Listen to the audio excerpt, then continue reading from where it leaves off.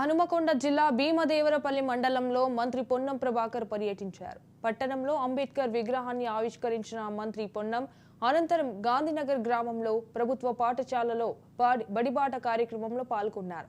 ఈ కార్యక్రమంలో పాఠశాల ఉపాధ్యాయులు, కాంగ్రెస్ మండల పార్టీ అధ్యక్షులు, సర్పంచ్తో పాటు తదితరులు పాల్గొన్నారు.